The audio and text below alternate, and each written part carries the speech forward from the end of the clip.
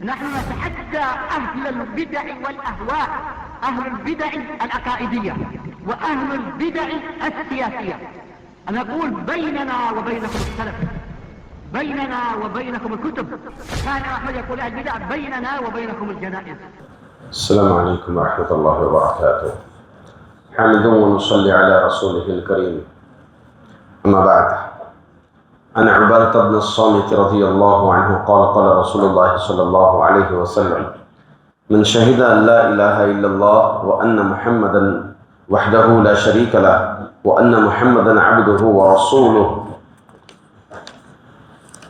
وأن عيسى عبد الله ورسوله وكلمته ألقاها إلى مريم وروح منه والجنة حق والنار حق أدخله الله الجنة على ما كان من العمل. اس حدیث کو بخاری اور مسلم شریف نے روایت فرمائی کہ جو اللہ وحدہ لا شریک کے ایمان لانے پر گواہی دے اور محمد صلی اللہ علیہ وسلم کو اللہ کا بندہ اور رسول ہونے کی گواہی دے اور عیسیٰ علیہ السلام کو اللہ کا بندہ اور رسول ہونے کی گواہی دے، جنت اور جہنم کے حق ہونے کی گواہی دے، تو اللہ تعالیٰ اس کو جنت میں داخل فرمائیں گے۔ حاضرین، اس حدیث کے تعلق سے تین چیزیں تو آپ کے سامنے آ گئیں۔ ایک، اللہ پر ایمان۔ اللہ پر ایمان میں خصوصاً اللہ کی وحدانیت اور کلمہ توحید کا اقرار، کلمہ توحید کے شروط، یہ سب باتیں آپ کے سامنے آ گئیں، اور اسی طرح اللہ کے رسول صلی اللہ علیہ وسلم پر ایمان، ان کو عبدیت تصور کرنا، یہ باتیں بھی آ گئیں، اور عیسیٰ بن مریم کو عبداللہ اور رسول ماننا، یہ باتیں بھی آپ کے سامنے مختصراً آ گئی۔ مزید جنت اور جہنم کے حق ہونے کا گواہی دینے کو اللہ رب العزت مزید دو گواہیاں اس میں ذکر کیے ہیں۔ یہ تصور کرنا، یہ ماننا کہ جنت حق ہے اور جہنم حق ہے، تو اللہ تعالیٰ اس کو اس کے عمل کے مطابق جنت میں داخل فرمائے گا۔ جنت کو جنت کیوں کہتے ہیں؟ کیونکہ لغوی اعتبار سے اگر دیکھیں تو جنہ یا جنو، جنن اس کے معنی ہوتے ہیں پوشیدہ ہونا۔ مجنون کہتے ہیں پاگل کو۔ کیوں کہتے ہیں مجنون؟ کیونکہ اس کی عقل پوشیدہ ہوتی ہے، یعنی عقل نہیں ہوتی۔ تو جنت کو جنت اس لیے کہتے ہیں کیونکہ یہ کسی کو دکھائی نہیں دیتی۔ کوئی دیکھیں جنت؟ نہیں دیکھیں، تو اسی سے اس کا نام ہے الجنہ۔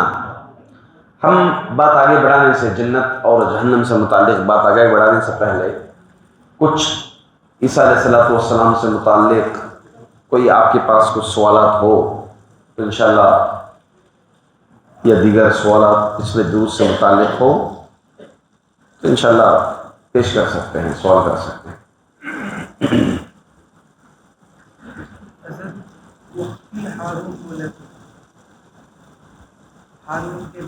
بہن مریم علیہ السلام ایک ہی بیٹی تھی۔ ہارون کی بہن کہاں سے ہو پائے گی؟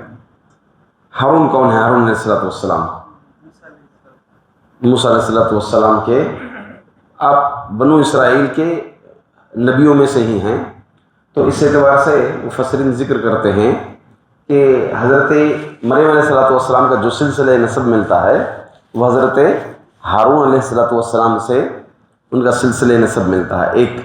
اور دوسری چیز، یہاں پر اخت ہارون کہنے کا دوسری بات جو مفسرین ذکر کرتے ہیں، وہ اخت اخن انما المؤمنون اخوہ، اللہ تعالیٰ نے فرمایا کہ مسلمان مومن تمام کے تمام بھائی ہیں۔ تو یہ ایمانی رشتہ، وحدانیت کے رشتے کے تحت اللہ تعالیٰ نے یخت ہارون، اے ہارون کی بہن کہہ کر پکارا۔ دو وجوہات ہیں۔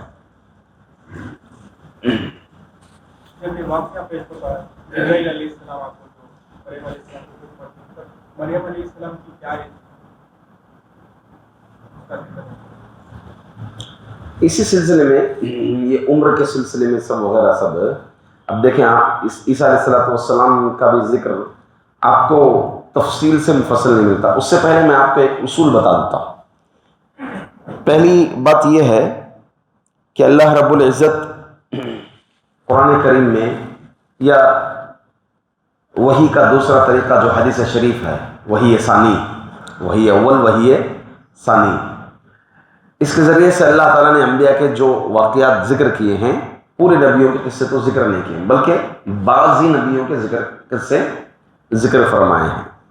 وَكُلًّا نَقُصُّ عَلَيْكَ مِنْ أَنْبَاءِ الرُّسُلِ مَا نُثَبِّتُ بِهِ فُؤَادَكَ، تو وَلَمْ نَقْصُصْ عَلَيْكَ، اللہ تعالیٰ نے سورہ یوسف کے آخر میں فرمایا کہ یہ بعض نبیوں کے قصے ہیں اور کئی نبیوں کے قصے ہم نے تم کو نہیں سنائے ہیں، کئی نبیوں کے قصے ہم نے تم کو نہیں سنائے ہیں۔ اور بعض جو نبیوں کے قصے ہیں، اس میں ایک ہمارے ایمان میں سے یہ بات ہونی چاہیے کہ قرآن کریم یا حدیث رسول جو پچھلے اخبارات، پچھلے واقعات کی جو خبریں سناتی ہیں، یا مزید حدیث جو آگے ہونے کی خبریں سناتی ہیں، اس کو سب تمام چیزوں کو کہتے ہیں غیبیات۔ کیا کہتے ہیں؟ غیبیات۔ تو غیبیات سے متعلق ایک مومن کا ایمان اتنا ہی ہونا ہے جتنا احادیث، کتاب و سنت، یا پھر صحابہ سے بھی اگر کوئی چیز غیبیات سے متعلق، اگر صحابی قول الصحابی، صحابی کا مذہب، صحابی کا قول، اس کو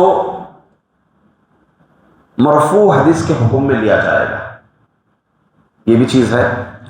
اس کے علاوہ کچھ چیزوں سے جہاں پر قرآن اور حدیث سکوت اختیار کیا ہے، تو اس میں سکوت ہی زیادہ بہتر ہے۔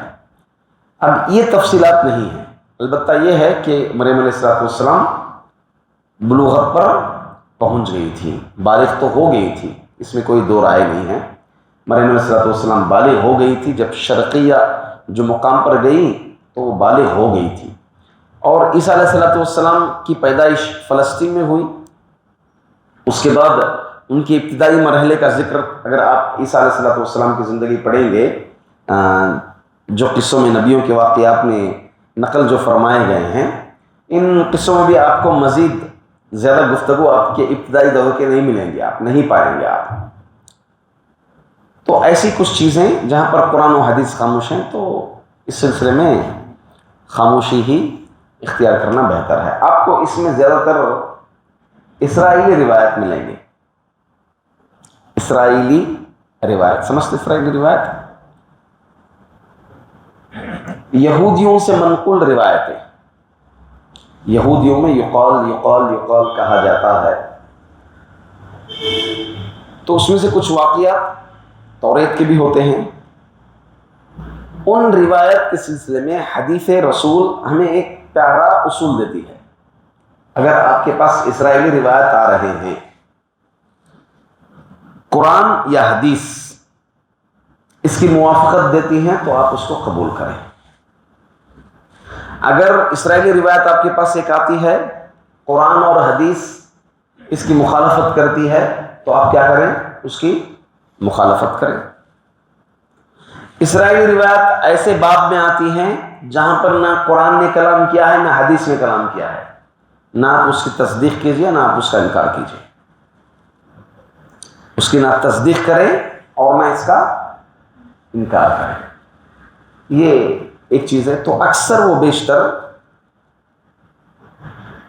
تفسیر کے باب میں، خصوصاً حافظ ابن کثیر رحمۃ اللہ علیہ سے پہلے تفاسیر میں، آپ کو بعض تفسیروں میں زیادہ تر اسرائیلی واقعات، اسرائیلی قصے آپ کو ملیں گے، تو اس میں ہمیں یہی ایمان رکھنا ہے۔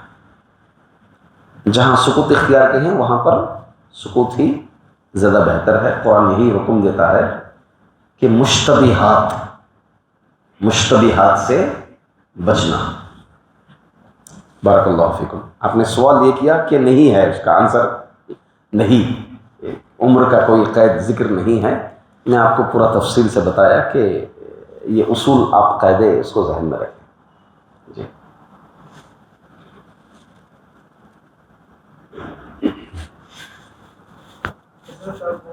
توکل اور اسباب کے بارے میں بتایا کہ اللہ تعالیٰ ان کی مدد کرتا ہے جو اسباب اپناتے ہیں۔ تو شیخ فاروق ہے نا جو مرکز مسجد میں بیان کرتے ہیں، میں ان سے سوال کیا کہ اللہ صرف انہیں کی مدد کرتا ہے جو توکل اور اسباب اپناتے ہیں، تو انہوں نے بولا کہ ایسا ضروری نہیں ہے، کہ انہوں نے ایک مثال دی کہ ایک صحابہ کو ایک اندھیری روم میں بند کر دیا گیا تھا، اندھیری روم میں، تو ان کو پیاس لگی تھی، جب وہ سر اٹھایا اپنا تو ان کے لیے اللہ تعالیٰ نے پانی نکالا دیوار میں سے، تو وہاں پہ کوئی اسباب نہیں تھا. تو اس وجہ سے ہم یہ نہیں کہہ سکتے کہ اگر اسباب نہیں ہے تو کہاں سے اپنائیں گے. میں نے یہ بھی نہیں کہا کہ توکل مکمل اسباب ہوں، ایسا میں اس کا رد بھی نہیں کیا. میں توکل مکمل یہ ہوتا ہے کہ انسان اسباب اپنائے. اسباب اگر اس کے سامنے ظاہری اسباب ہوں تو ان اسباب کو اپنانا یہی توکل ہے. اگر آپ کے سامنے اسباب نہ ہوں تب بھی توکل ہے. اسباب سامنے ہوں تو توکل ہے، اسباب سامنے نہیں ہیں تو توکل. حضرت موسیٰ علیہ السلام فرعونی بھگاتے ہوئے قتل کرنے کے لیے بنی اسرائیل کو لے کر کیا کیے؟ رک گئے، میں نبی ہوں، اللہ تعالیٰ مجھے بچا لے گا. اسباب اپنائیں نہیں اپنائیں آئے. آخر میں کیا ہے؟ اسباب نہیں ہیں. اب یہاں پر تھے اسباب نہیں تھے. کہا بنو اسرائیل نے الا لمدرکون، اب ہم پکڑے جائیں گے. کہا خلق اللہ، یہ بھی توکل ہے. ان معی ربی سیہدین، میرے رب کی معیت میرے ساتھ ہے، وہ ہمیں راستہ بتائے گا. ٹھیک ہے، تو یہ حضرت موسیٰ علیہ السلام کا توکل ہے. بنا ظاہری اسباب کے بھی اللہ تعالیٰ پر ایک یقین ہے. یہی یہ گرچہ جو ہے سیرت کا واقعہ ہے، فاللہ ثالثہما ہے نا، کہ اس کا تیسرا جو ہے اللہ تعالیٰ ہوتا ہے. وہ ہجرت کے وقت اللہ کے رسول صلی اللہ علیہ وسلم جو غار میں چھپے ہوئے تھے حضرت ابوبکر رضی اللہ عنہ کے ساتھ، سیرت کا واقعہ، حدیث میں تو نہیں ہے یہ، کہ اللہ کے رسول صلی اللہ علیہ وسلم اور حضرت ابوبکر کھڑے ہوئے تھے اور قریش تلاشتے ہوئے غار تک پہنچ گئے تھے. بس معاملہ ایسا تھا کہ اگر وہ نیچے دیکھتے تو نظر آ جاتے. ایسے سمے حضرت ابوبکر رضی اللہ عنہ گھبرا گئے. کہا کہ اللہ کے رسول کیا ہوگا کہ اگر یہ دیکھ لیں گے ہمیں؟ تو اللہ کے رسول صلی اللہ علیہ وسلم اطمینان دلائے اور یہ کہا کہ تیسرا جو ہے اللہ تعالیٰ ہے، اللہ تعالیٰ کی معیت ہمارے ساتھ ہے. تو اسباب جتنے تھے اتنے اپنا لیا. اس کے آگے جو ہے توکل علی اللہ. آپ خزانہ رکھے ہیں، اس خزانے کو آپ بند کریں گے. بند کرنے کے بعد کیا کریں گے؟ آپ اسباب اپنائیں گے، تالا لگائیں گے. آپ لگائیں گے نا تالا، 1 تالا 2 تالا 1 سے 2 لاکھ 3 لاکھ جتنا بھی لگا، جہاں تک ہو سکے آپ نے اسباب اپنا لیے. اس کے بعد توکل علی اللہ، اسباب اپنا کر توکل علی اللہ. حضرت عمر بن الخطاب رضی اللہ عنہ اپنے دور خلافت میں کچھ یمنیوں کو دیکھا، یہ بنا اسباب کے توکل کرتے تھے. یمنیوں کو دیکھا، اور یہ ہمارے بھائیوں میں عقیدہ بھی ہے کہ اللہ مالک نکل جائیں گے 40 دن جو بھی ہوگا اللہ مالک. تو ویسے ہی فجر کے بعد ذکر کرتے ہوئے بیٹھ گئے تھے سب لوگ. حضرت عمر رضی اللہ عنہ آئے، کہا مننتم، کون بھائی کون سی قوم ہو؟ کئی نئے چہرے لگ رہے ہیں، آپ لوگ مسافرین باہر سے آئے ہوئے لگ رہے ہیں. کون ہیں؟ دیکھ رہا ہوں اکثر تم کو مسجد میں یہیں پر بیٹھے ہوئے ہیں، کچھ کام دھندا. حضرت عمر رضی اللہ عنہ لوگوں سے جیسے ہی ملتے سب سے پہلے کچھ جسم میں طاقت واقت ہوتی، پوچھتے پہلے کیا کر رہے ہیں؟ بولتے کہ کیا کر رہے ہیں، کیا جاب ہے تمہارا، کیا تمہاری کارکردگی ہے، علم سیکھ رہے ہیں، کیا کر رہے ہیں آپ؟ وہ کہتا کہ میں بیکاری ہوں. تو کہتے ہیں سقط من عینی، میرے نظروں سے گر گیا تو چل. بولتے ہیں حضرت عمر بن الخطاب. الغرض تو ان لوگوں کو دیکھا یہ ذکر کرتے ہوئے بیٹھے. کہا من انتم، کون ہیں یہاں بیٹھے ہوئے ہیں، کچھ کام دھندا کھانا پینا ہے، گھروں کی ذمہ داریاں ہیں، بیوی بچے ہیں، ان کے حقوق ہیں، آپ یہیں بیٹھے ہوئے. من انتم اس اعتبار سے اس معنی میں پوچھا. کہا نحن متوکلون علی اللہ، ارے ہم تو توکل کرنے والے ہیں اللہ پر. کہا کذبتم، جھوٹے ہو. المتوکل علی اللہ القا حبۃ فی الارض ثم یتوکل علی اللہ. اللہ پر بھروسہ کرنے والا پہلے کیا کرتا ہے؟ بیج ڈالتا ہے زمین کے اندر. اسے جو کھیتی کرنا ہے، زراعت کرنا ہے، پوری محنت کرتا ہے، بیج ڈالتا ہے، پانی وانی سب ڈالتا ہے. اب فصل کا مسئلہ، ثم یتوکل اللہ، پھر اللہ پر بھروسہ کرتا ہے. یہ توکل ہے. سمجھیں؟ توکل میں افراط و تفریط کہاں ہوتی ہے؟ افراط اس بات میں کہ آپ کے پاس ظاہری اسباب ہیں، ظاہری اسباب کو چھوڑ کر کے بیٹھے اللہ ہے، تو یہ توکل نہیں ہے. یا آپ تفریط یہ ہے کہ آپ ظاہری اسباب کو خدا بنا کر بیٹھے ہیں، یہ تفریط ہے. یہ کہ نہیں کچھ نہیں ہوتا، تالا لگا ہوا ہے، تالا پھوٹ سکتا ہے، چوری ہو سکتی ہے، جل سکتا ہے، کچھ بھی ہو سکتا ہے. سمجھ گئے؟ تو اس کے بغیر چارہ، جب ظاہری اسباب نہ ہو تو رب العالمین راہ نکالتے ہیں. میں یہ بتایا کہ اسباب اپنانا چاہیے. ظاہری اسباب اگر انسان کے پاس ہو، اللہ تعالیٰ یہ تعلیم دے رہے ہیں کہ ظاہری اسباب ہو تو ان اسباب کو اپنانا چاہیے. یہی توکل ہے. ظاہری اسباب نہ ہو، توکل علی اللہ، یہ بھی توکل ہے. آپ کے پاس اسباب ختم ہو گئے، توکل ہے. جی. جبریل علیہ السلام نے مریم علیہ السلام کے شادی کے بیچ کوئی ماری کر دیتا ہے، یہ حدیث سے ثابت ہے یا قرآن میں موجود ہے؟ یہ ثابت ہے، حدیث سے بھی، حدیث سے بھی ثابت ہے. تفسیر میں بھی حافظ ابن کثیر رحمۃ اللہ علیہ نقل فرمائے. تفسیر سعدی میں ہے، آپ 3-4 تفاسیر میں ہیں. تفسیر ثنائی میں ہے. اور یہ اللہ کی روح کر کے بتا اس کا مطلب وروح من، یعنی دراصل مطلب یہ ہے کہ روح دینے والا، پھونکنے والا کون ہے؟ اللہ تعالیٰ ہی ہے. دیکھیے اللہ رب العزت حضرت آدم علیہ السلام کی تخلیق فرمائی، اس کے بعد اس میں آدم علیہ السلام نے روح پھونکی. تو حقیقی معنی یہ ہے کہ اللہ ہی اصل روح ڈالتے ہیں. انسان میں روح نقل جو فرماتے ہیں وہ اللہ تعالیٰ ہی ہے. یہ مقصود ہے یہاں پر. غیر المغضوب علیہم کے بارے میں کہ علم رکھنے کے باوجود جو عمل نہیں کیا وہ یہود ظالم، یہ مغضوب علیہم، یہودیوں کی مشابہت ہے، اور جو بنا علم کے عمل کیے وہ نصرانیوں کی مشابہت ہے. اگر مسلمان بھی اگر یہی کام کرے گا وہی مشابہت کرے گا. وہی مشابہت ہے. یہ اللہ کے رسول صلی اللہ علیہ وسلم نے اشارات جو دیے، نبی اکرم صلی اللہ علیہ وسلم اشارات جو دیے نصرانی اور یہودی.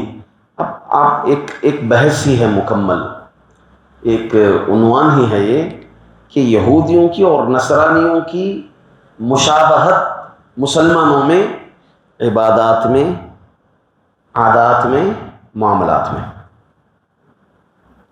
عبادات میں مشابہت یہودیوں کی اور نصرانیوں کی ہے ہمارے پاس. کچھ لوگ دلیل ہوتے ہوئے ایگو سامنے آتا ہے، ہاں ٹھکراتے ہیں صاف طریقے سے. یہ یہودیوں کی مشابہت ہے عبادت میں. یہودیوں نے اور نصرانیوں نے اپنے نبیوں کی قبروں کو سجدگاہ بنایا. ہے نہیں ہے ہمارے مسلمانوں میں؟ ہے یہ چیز. قبروں کو جو ہے جو عبادت گزار لوگ ہوتے ہیں ان کی قبروں کو، نیک لوگوں کی قبروں کو عبادت گاہ بنانا باقاعدہ طور پر یہودیوں کی مشابہت ہے یہ. اسی طرح سے یہودیوں کی جو نماز میں، اچھا یہ تو منافقین کا ہو گیا، دیگر کئی چیزیں ہیں عبادات کے باب میں جو یہودیوں کی مشابہت. افطار میں تاخیر کرنا، اللہ کے رسول صلی اللہ علیہ وسلم نے کہا افطار میں جلدی کرو اور سحری میں تاخیر کرو، سحری کرو. یہ سب کیا ہیں؟ یہ یہودی سحری نہیں کرتے ہیں، اسے یہودی جو ہے افطار میں تاخیر کرتے ہیں. اب ہمارے پاس مسلمانوں کے پاس احتیاط ہے، معلوم ہے احتیاط، وقت ہونے کے باوجود بھی احتیاطاً 2 منٹ 3 منٹ رکتے ہیں. تو یہ سب چیزیں عبادات میں مشابہت ہو رہی ہے. معاملات میں تو نبی کریم صلی اللہ علیہ وسلم نے صاف فرما دیا کہ اگر وہ بل میں بھی گھس جائیں تو وہاں بھی گھس جائیں گے. نبی کریم صلی اللہ علیہ وسلم نے تعبیر دی تھی تو اسی طرح ایک چھوٹے چھوٹے برانڈ اور لیبل کے لیے انسان اپنے پہننے اوڑھنے کو مسلمان کیا کرتا ہے، ان کو فالو کر رہا ہے. ایک چھوٹے لیبل کے لیے، ایک برانڈ کے نشان کے لیے مکمل فالو کرتا ہے، یہودیوں کی راہ پر چلتا ہے. اس کا ڈھنگ، اس کے بال، اس کے لباس، اس کا چلن، سب کیا ہے؟ یہودیوں کو مشابہتیں ہیں. اور آج کل خصوصاً نوجوانوں میں جو بالوں کا فیشن آ رہا ہے، طرح طرح سے جو لکیریں سروں میں پڑ رہی ہیں، ادھر لکیریں پڑ رہی ہیں، چھوٹے چھوٹے بال کنارے کے اور بیچ میں بڑے بڑے بال جو چھوٹے، یہودیوں کی مشابہت ہے. کھلے طور پر یہودیوں کی مشابہت ہے. باقاعدہ طور پر جو نائی کی دکانوں پر تصویریں لگائی ہیں ماڈل کے طور پر، یہودی ہیں وہ. ان کی داڑھی کا رکھنا، ان کے سروں کے بال کا رکھنا، یہ سب مشابہتیں ہیں. عادات، عبادت وغیرہ میں مشابہت ہے. میں شرح اربعین امام نووی شرح اس میں پڑھا تھا، تو ایک آرٹیکل ہے یہ جو کٹنگ کا بول ہے، امام نووی اسے ناپسندیدہ عمل پر کوئی حرام بولتے نہیں تھا. وہ کیسے ناپسندیدہ؟ دیکھیں، ایک اللہ کے رسول صلی اللہ علیہ وسلم کی حدیث ہے، صاف حدیث ہے. کیا ہے کہ بالوں کے سلسلے میں ایک طرف قصر حلق یا قصر یا چھوٹے یا بڑے، اگر اس کا ظاہری معنی لیں گے تو آپ چھوٹے اور بڑے، آپ ایک طرف سے مکمل چھوٹے کروائے ہیں اور دوسری طرف سے مکمل بڑے رکھوائے ہیں. یہ چیز ظاہری معنی لیتے ہوئے اکثر اہل علم کا کہنا ہے کہ ناجائز ہے، اس لیے کہ ہر صورت ناجائز ہے. آپ عربی علماء تو تقریباً اس صورت کو ناجائز قرار دیتے ہیں، جبکہ ہندوستانی علماء کچھ حد تک کیا ہے کھینچ کر لے آتے ہیں. نہیں، وہ مکمل حلق چھوٹا موٹا اگر کریں، قصر کریں، پھر جو ہے ادھر بڑا کریں تو تھوڑا بہت جو ہے موقع اس میں مل جاتا ہے. مگر اس سلسلے میں ایسے معاملہ میں احوط ہونا زیادہ بہتر ہے. ایک مومن کو احتیاطی پہلو کو اپنانا ایک مومن کے لیے سب سے زیادہ بہتر ہے، تو اسی کو اپنانا چاہیے. اور خصوصاً یہ بال میں انسان کے کٹنگ کرنے کے سلسلے میں عادات سے متعلق ہے. عشر من الفطرہ، 10 چیزوں فطرت میں سے ہیں، اس میں سے ایک بال بھی ہے، انسان کا بال کاٹنا. اب اگر کوئی بال کاٹنے کے سلسلے میں خصوصاً کسی ماڈل کو یا کسی آدمی کو سامنے رکھتا ہے، سامنے رکھ کر کے اپنے بال بناتا ہے، یا سامنے کسی کو رکھ کر کے اپنا لباس بدلتا ہے، یہ فلاں ماڈل کی طرح، فلاں اس کی طرح، اس کی مشابہت، اس کی محبت میں وہ مشابہت کرتا ہے، تو یہ تو اس کا دوسرا گناہ ہو گیا. وہ یہاں یہ حدیث پیش آ جاتی ہے، من تشبہ بقوم فہو منہم، جو کسی قوم کی مشابہت اختیار کی وہ انہی میں سے. حواری عیسیٰ علیہ السلام کے ساتھ 12 حواری جی وہ ان کو صحابہ کہہ سکتے ہیں کیا؟ ان کے عیسیٰ علیہ السلام کے صحابہ، عیسیٰ علیہ السلام کے صحابہ کہہ سکتے ہیں. حواری عموماً، حواری کی آپ اصطلاح اگر دیکھیں گے، حواری کس کو کہتے ہیں؟ حواری جو عموماً ساتھ میں رہتے ہیں، مکمل عموماً جو ساتھ میں رہتے ہیں اس کو کہتے ہیں حواری. ہاں، آپ کے اٹھنا بیٹھنا، ہم مشاور بھی ہوتے ہیں آپ کے، اس کو حواری کی اصطلاح کہتے ہیں. اب کسی آدمی کے متعلق کہتے ہیں کہ اگر اس آدمی کے حواری اچھے ہوں، فرعون ہمیشہ کہاں بھڑکتا تھا، اس کے بھڑکانے والے معاملات کہاں؟ حواری ہی ہوتے تھے. فرعون جو موسیٰ علیہ السلام کے دور میں تھا، حواری. آپ دیکھیں، آپ جو بیٹیوں کو چھوڑ دینا اور بچوں کو قتل کرنا، یہ حواریوں کا ہی رول ہوتا. وہ بھاگ کر، ارے موسیٰ دیکھ، یہ فرعون دیکھ، کسی قوم میں سے، بنو اسرائیل میں سے آئے گا، تیرا قتل کا سبب بنے گا، ایک قاتل ہوگا تیرا، کچھ کرنا چاہیے، ایسے ایسے کر دو. تو بھڑک جاتا، پھر یہ فیصلہ سناتا. پھر موسیٰ علیہ السلام کا وہ معاملہ ہو گیا، کون سا؟ سب کے سامنے جو جادوگری فیل ہو گئی اور جادوگر سب ایمان لائے، خاموش ہو گیا، تو حواری بھڑکائے. ایسے ہی چھوڑ دے گا کیا موسیٰ کو؟ تو یہاں پر موسیٰ کو قتل کرنے کا ارادہ کیا، اسی کو حواری کہتے ہیں. جی، جو یہود حلال کو حرام اور حرام کو حلال کرتے تھے پہلے، جیسے کہ سنسار کو کاٹتے تھے، جو الگ نے بتایا. یہ بھی دیکھیں، مشابہت، حق کو چھپانا، اللہ تعالیٰ کی وحی کو چھپانا، یہ بالکل آج کے علماء علماء سو یقیناً کیا ہے، قرآن کو اور حدیث کو، حق کو چھپاتے ہیں، لوگوں کو کچھ اور بتاتے ہیں، حلالہ کراتے ہیں. حلالہ کراتے ہیں. یہ بھی صورت ہے، کئی چیزیں ہیں، کئی صورتیں. ہر وہ عالم سو آ جائے گا جو لوگ جس کو مانتے ہیں اور وہ اللہ کی بات کو، حدیث کی بات کو، وہی کو چھپاتا ہے اور دوسری بات سامنے پیش کرتا ہے، وہ بالکل یہودیوں کا طریقہ کار ہے. یہ بھی ایک صورت ہے اس میں سے. تو ویسا جو عالم ایسے حلال کو حرام کرتے ہیں صاحب یہودیوں کی مشابہت کرنے کے لیے، وہ طاغوت کہلائے گا. طاغوت کا دیکھیے معنی بہت گہرائی کے ساتھ ہے. اس کی اب اس آدمی کا کہاں تک معاملہ آیا، اب مکمل ہم اس پہ فتویٰ طاغوت نہیں لگا سکتے، تکفیر کا فتویٰ ہو جائے گا. وہ عمل پہ کہہ سکتے ہیں. ہمارے سلف سے جو تکفیر کی چیزیں ملتے ہیں عمل کا ذکر کرتے ہیں، کبھی بھی فرد پر ہم نہیں کہہ سکتے. کیونکہ صاحب بولے عیسیٰ علیہ السلام واپس آتے ہیں لیکن نبی نہیں رہتے بولے آپ کو. جی امتی من کر آئیں گے. جب ان کا جو مرتبہ اسٹیٹس ہوتا ہے ہمارے لیول ہو جاتا ہے یا ان کا جو درجہ آتا ہے وہ نبی کا چاہتا ہے؟ نہیں، امتی کا درجہ رہے گا. نارمل وہ امام کے پیچھے نماز پڑھیں گے. امتی ان سے جو کارکردگیاں ہوں گی وہ کارکردگیاں ہوں گی، وہ امتی ہوں گے، محمد صلی اللہ علیہ وسلم کے ایک امتی ہوں گے.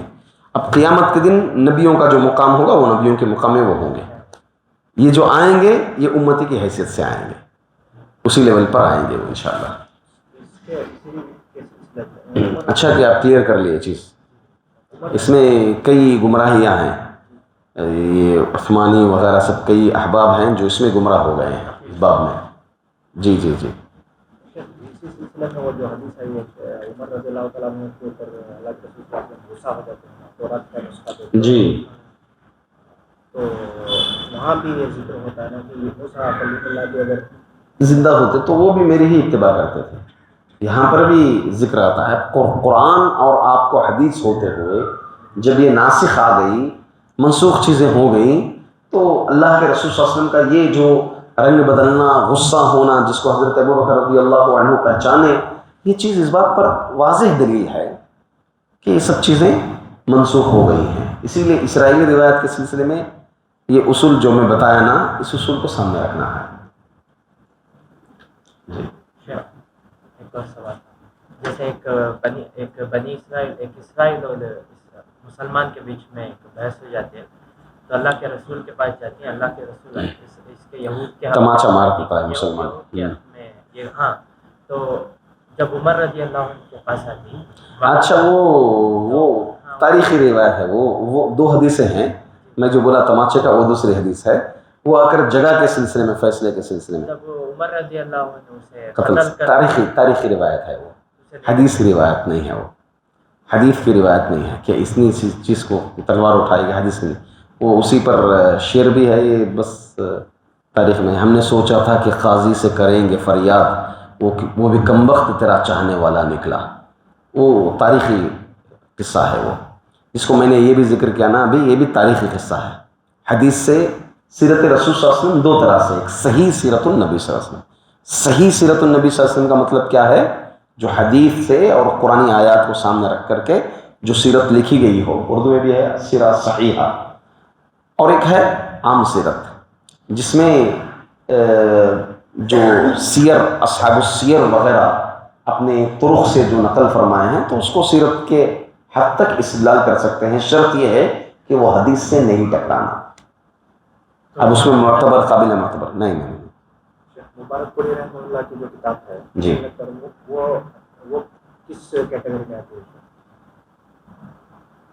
یہ آپ جو ہے صحیح سیرت پر بھی چیزیں ہیں، اور مزید جو ہے جو سیرت میں مصدر کی مصادر کی حیثیت سے ہیں، ابن اسحاق وغیرہ دیگر سب اصحاب سیر ہیں، ان تمام چیزوں کو آپ نے نقل فرما کر کے حوالے جات میں ذکر فرمایا ہے آپ کو.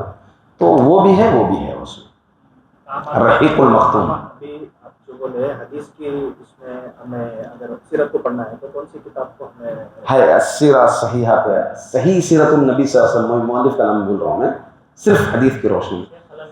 البانی کی صحیح سیرت النبی صلی اللہ علیہ وسلم، اس کا ترجمہ اردو میں بھی ہوا ہے. جی، یہ بھی ہے کتاب. حضرت محراب بنانے کا ذکر کیا نا، تو اللہ کی نبی کی خصوصیت میں آپ نے بتایا کہ ساری زمین اللہ نے مسجد بنا دی ہے، لیکن ان لوگوں کے لیے جگہ خاص جی جی جی تو اب ہم گھر میں ایک محراب بنائیں گے تو بدعت نہیں ہو جائے گی؟ سارے گھر میں نماز پڑھ سکتے ہیں، خاص جگہ کیوں بنانا؟ سارے گھر نہیں میں نہیں پڑھ کر بدعت نہیں ہوئے گی، بدعت نہیں ہوئے گی. دیکھیں عبادات میں جو ذکر ہے وہ سلف کا طریقہ میں بتایا نا کہ ہمارے سلف بھی جو ہے نوافل کے لیے اس جگہ کو قید کرتے ہیں. عورت کے لیے کیا حکم دیا گیا؟ گھر میں کیسے؟ کہاں؟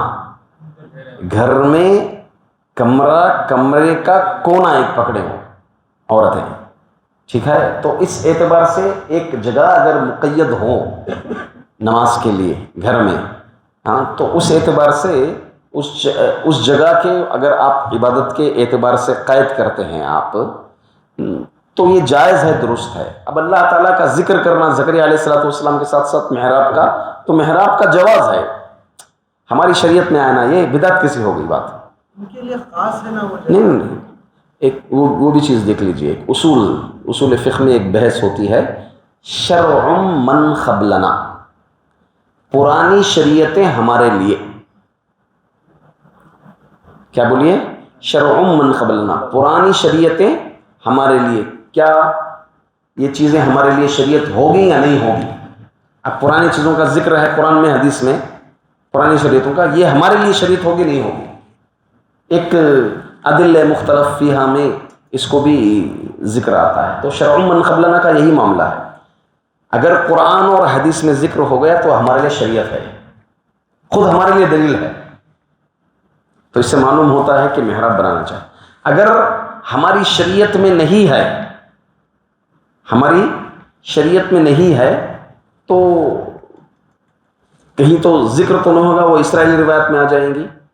اگر ہماری شریعت میں ذکر ہے اور ہماری شریعت نے اس کی مخالفت کی ہے تو وہ ہمارے لیے حجت نہیں بن سکتی.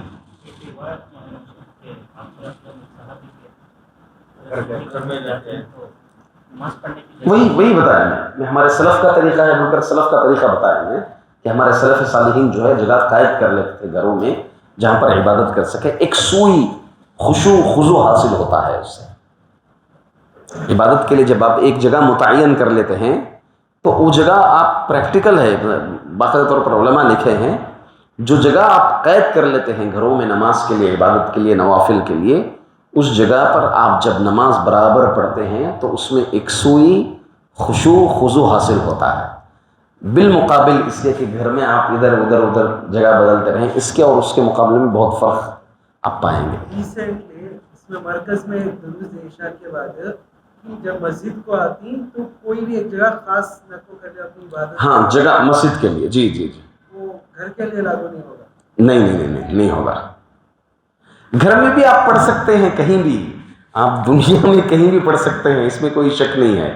میں آپ کو کیا بتایا کہ محراب بنانا، جگہ ایک قید کرنا، یہ مسنون ہے. ایک چیز ہے مسنون، میں واجب کا حکم نہیں دے رہا ہوں، مسنون ہے، یہ مستحب ہے اور ہمارے سلف کا طریقہ ہے. حضرت زکریا علیہ السلام نے بنایا ہے تو ہمارے لیے شریعت ہے. ٹھیک ہے، اللہ جزائے خیر دے آپ کو. قرآن میں پروفیٹک دعا رہتی ہے، نبیوں کی دعا، جیسے کہ نوح علیہ السلام کا ایک بسم اللہ مجریہ و مرسیہ، تو ہمیں وہ دعا گاڑی چلانے کو یوز کرتے نہیں، دعائیں ہمارے لیے جو سفر کی دعائیں ہیں، گاڑی چلاتے وقت ہو یا آپ کہیں پر بھی فلائٹ میں اڑ رہے ہوں، جو سفر کی دعائیں ہمارے لیے جو مسنون ہیں، انہی دعاؤں کا ہم ذکر فرمائیں گے. بارک اللہ فیکم، سبحانک اللہم و بحمدک، اشہد ان لا الہ الا انت، استغفرک و اتوب الیک. فاعلم انه لا اله الا الله واستغفر لذنبك